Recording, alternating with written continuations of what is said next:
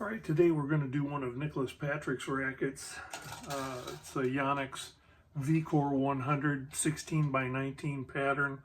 Pretty standard, and this is the string he's been using for a couple of years now. It's Yonex PolyTour Rev 16L gauge. And we'll start by threading the inner mains through and getting equal length of string for both sides.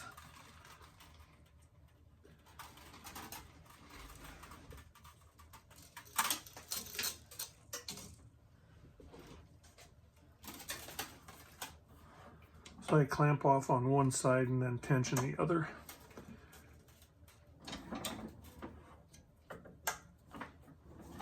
And then just work my way back and forth.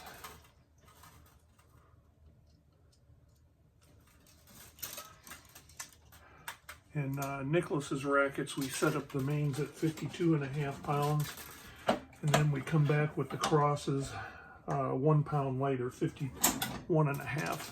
And that seems to work for him. Been experimenting with some different strings here lately to see if we can get better feel or better performance. The next racket will have PolyTour Pro in it, a little bit softer string. And the idea with that is to get a little bit better action on the ball, a little bit more power perhaps.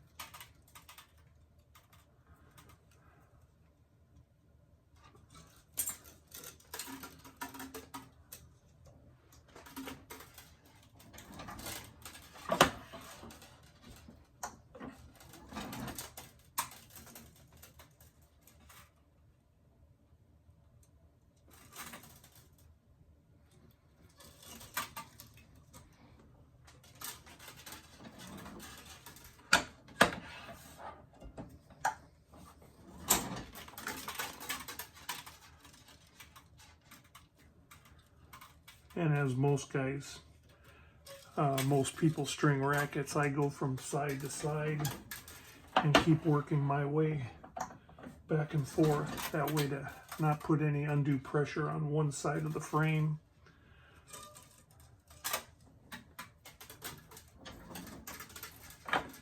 And now this is the 5th main, so I rotate the clamp to give myself a little bit more space on the next mains.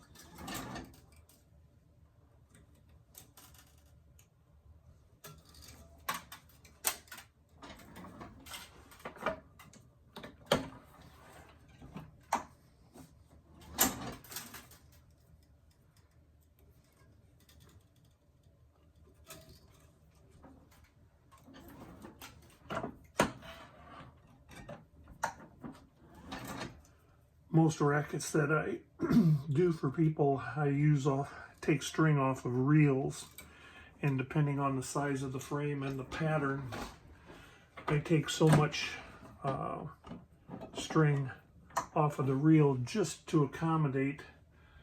And as you can see here, when I tension the last, I pull the last main, I have about that much string left over, and that's very efficient. Usually, if I take the string off judiciously, for the rackets, I can get an extra racket or two off of the reel, as opposed to when you buy packages and you get 40 feet of string and you use 20 for the mains and 20 for the crosses. You end up using or wasting 4 or 5 feet of string, and that adds up. So if you can do it better, cost savings wise, you can pass that on to your customers as well.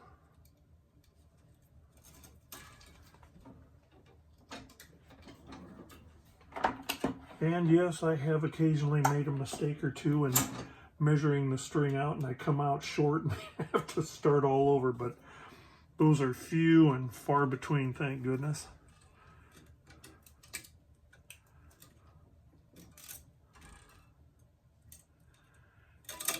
And with all the better players that hit the ball harder, I usually do the double half hitch tie-offs. Don't need to, but it just puts a little bit more strength there in the tie-off. Okay, done with the mains. Bring the clamps up to the top end of the racket and get ready for the crosses. Now I'll back off a pound. 51.5 for the crosses. Got to remember to do that. If you're stringing a racket and it's all the same tension, you don't have to remember to change the setting for the tension. But with his, I do. It's really not that big of a deal. But have I forgotten in the last, I don't know how long I've been doing Yonex rackets, but I have forgotten. And sometimes we'll do a whole racket 52.5, and I don't know if he can probably tell, but sometimes when I catch myself right away, I can undo it and go back and save the string and start all over.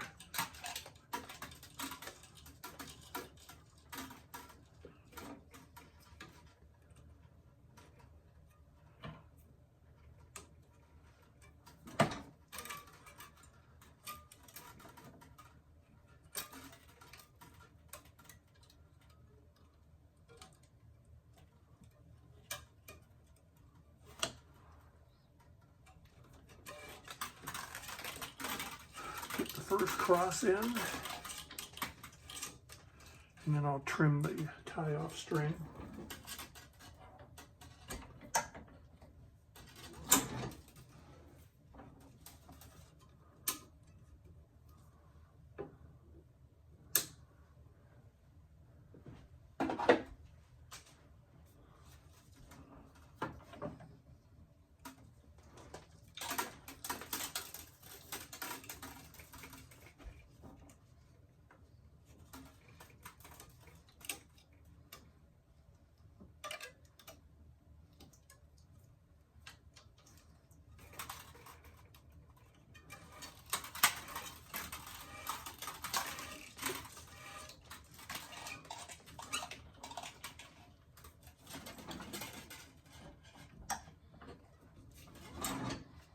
And with all my rackets, especially when I'm working with poly, but regardless of the kind of string, I try and straighten them out and make them all perfectly perpendicular and parallel right as I'm working down the racket.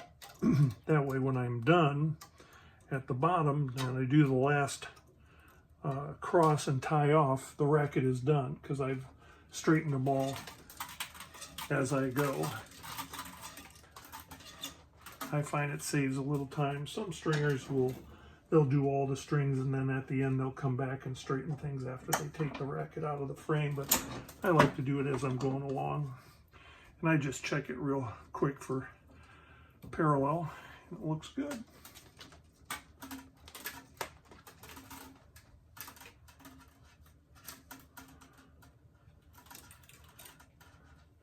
What I've found is that rackets that I do at tighter tensions with co-poly, these strings are a little bit more difficult to work with. Nicholas and his rackets, and most of the players around here in high school stay in the lower 50s to upper 40s in tension, and their strings are very easy to work with. Then you can slide them just a little to get them nice and parallel and perpendicular.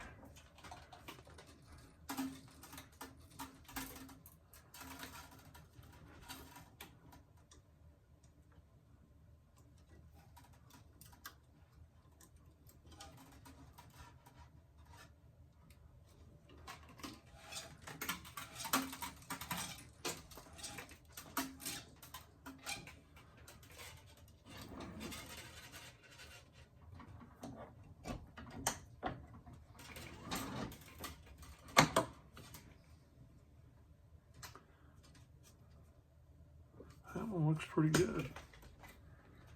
Sometimes you get lucky and right as you tension and you straighten the strings right away the first time, they're real close.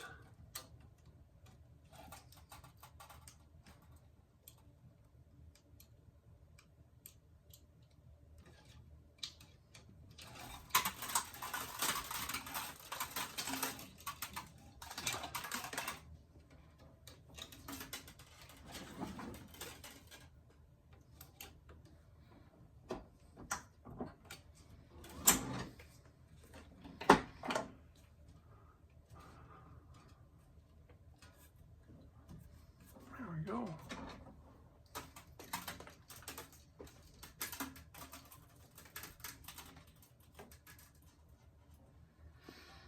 Poly is a little bit tougher to weave with your fingers, so I end up going over and under with the last few. I don't know, I've never been able to get Poly to the tougher strings to work with weaving with my fingers. I can do a few, but not all of them. Now, when I get this far, I usually reverse the clamp so I have more room to work with here. And that one is pretty straight. Not too bad.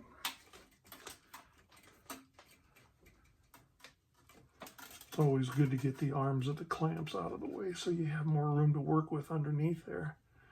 That one went through pretty easy. Sometimes you get lucky, you can do more weaving and you don't have to work them over and under.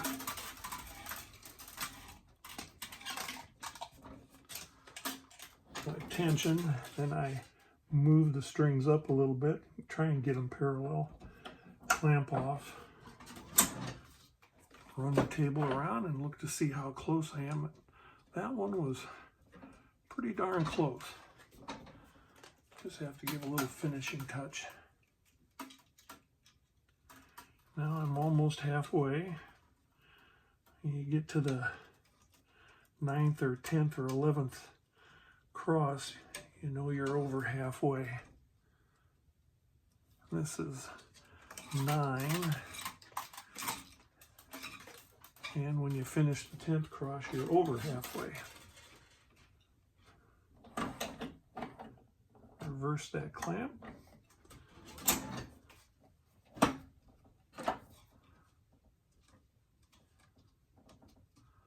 Pretty good.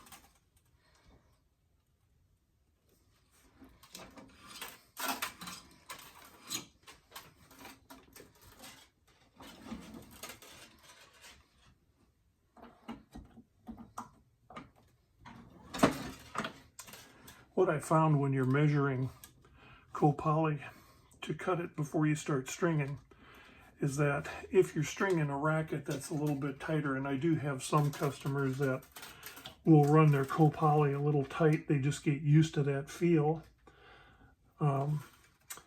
It will stretch the string right when you tension it, so you can adjust. You can just save a couple inches less because the string is going to stretch over the length of it as you're tensioning it.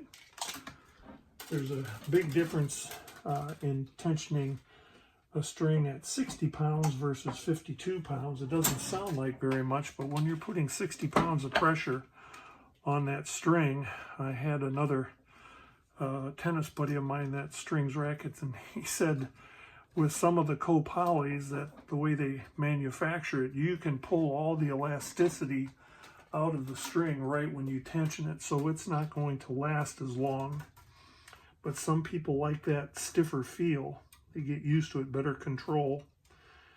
And I prefer to work and have, most of my customers will stay in the upper 40s to low 50 in tension. I don't have a lot of customers that go much above 55, 56 pounds with co-poly.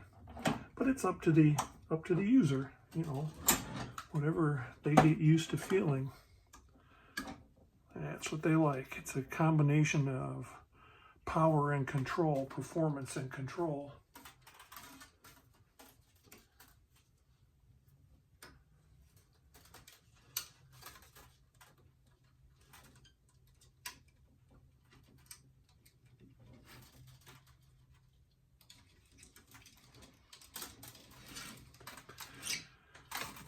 Getting down to the last 4 or 5 crosses. It looks like got plenty of string to work with, which is a good thing.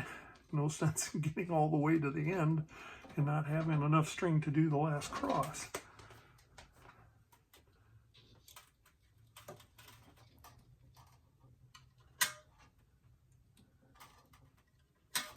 Oops. There we go. When you get down to the throat of the racket here with the last crosses, there's not as much room to work with there, so you have to take your time. And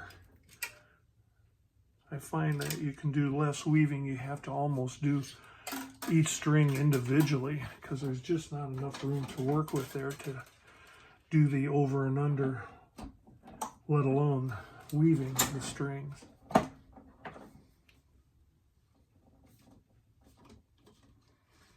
And the more you string, the better you get at deciding where and when you can do one style of weaving the string through there. Sometimes you just have to, like this, go individually each one and work the string under, especially now with the last 3 crosses.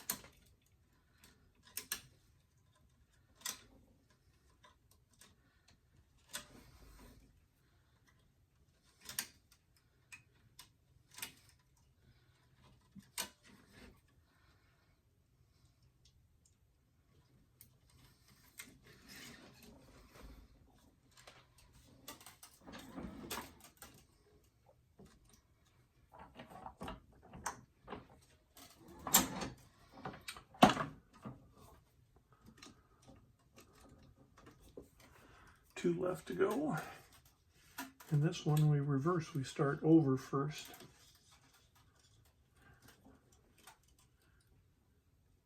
Different rackets, when you get down to the throat, you'll have the last one will be opposite. You'll go over the top instead of underneath. but many of them it's the one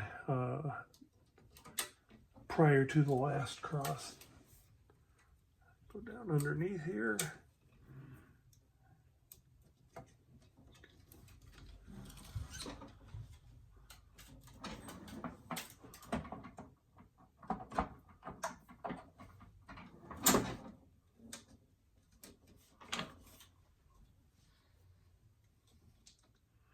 And the last one back underneath again to start.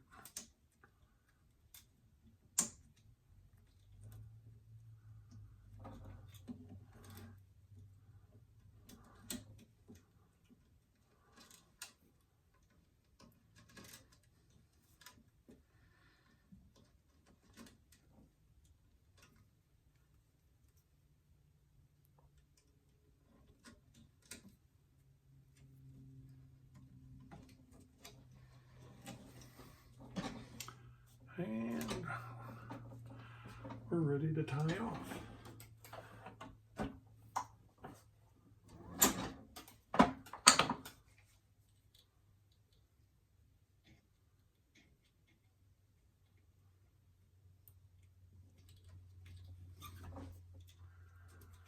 And down at the throat when I tie off, I only do a single half hitch.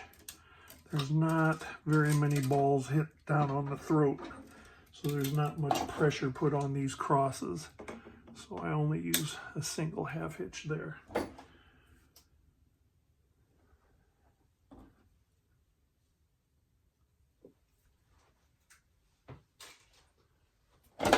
And there we have it. Finished product. And as we look at them, everything looks nice and neat.